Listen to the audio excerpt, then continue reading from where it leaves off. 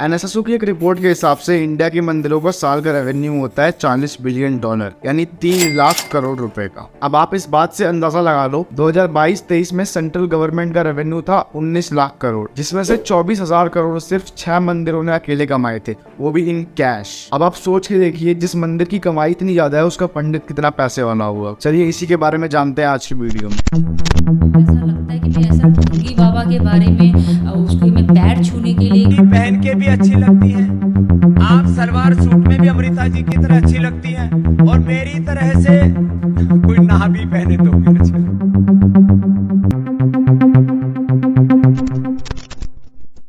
अगर इंडिया के सबसे रिचेस्ट मंदिर की बात करें तो वो है तिरुपति का वेंकटेश्वर मंदिर, और इस अकेले मंदिर के पास 2,26,000 करोड़ की प्रॉपर्टी है। और इसके बावजूद भी टेंपल कम्युनिटी पे टिकट गलत तरीके से सेल करने की और पैसों में करप्शन करने के एलिगेशंस लग रखे। अर्चना गौतम एक कांग्रेस लीडर और एक एक्टर, इन्हें आपने हाल ही में बिग बॉस के शो में देखा होगा। आज से 6 महीने पहले ये अपने ट्विटर अकाउंट पे एक वीडियो शेयर करती हैं, जिसमें मंदिर के एम्प्लॉय इनसे दर्शन के लिए 10,000 रुपए एक्स्ट्रा मांगते हैं और इनको वीडियो बनाता देख इनके साथ मिसबिहेव करते हैं।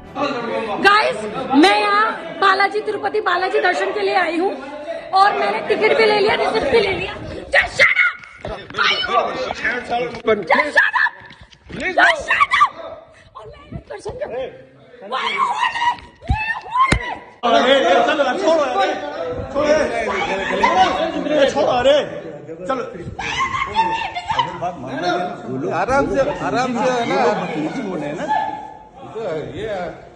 ये तो हुई मंदिरों की बात, लेकिन हमारे देश के बाबा कितना कमाते हैं। स्वामी नित्यानंद ये इतने बड़े बाबा हैं कि सनराइज इनकी मर्जी से होता है। I got little late for the Dwajaroganam. It is supposed to be 6:40 to 7. I told the son, don't come out till I finish the Dwajaroganam. And today 40 minutes sunrise late. कोई sense है इस बात की? और Einstein और Newton तो इनसे equation लिखवाए गए थे। E equal to not mc square cannot be mc square. What is mc square?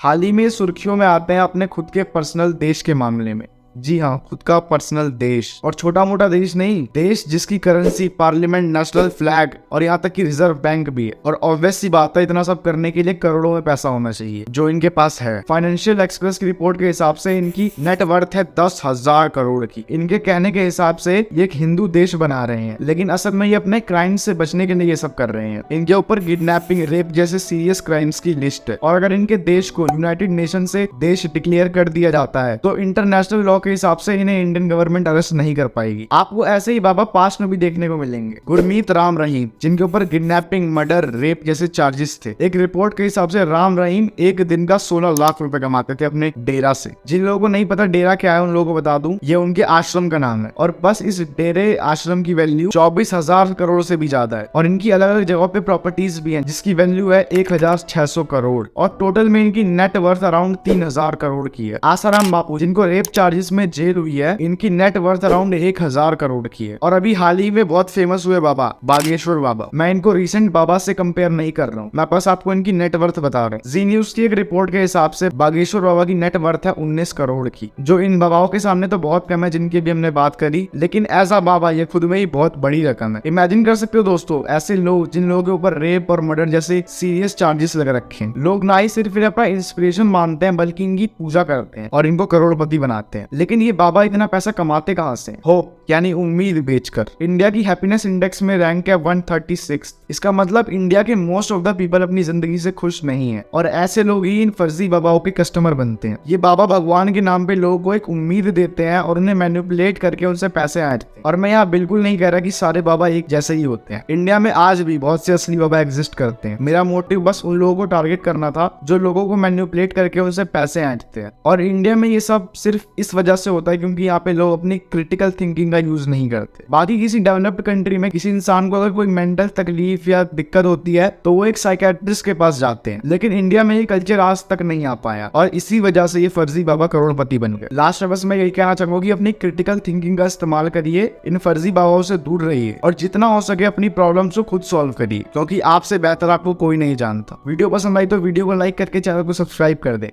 और वीडियो को अपने फ्रेंड्स और रिलेटिव के साथ शेयर करके उन्हें अवेयर करिए।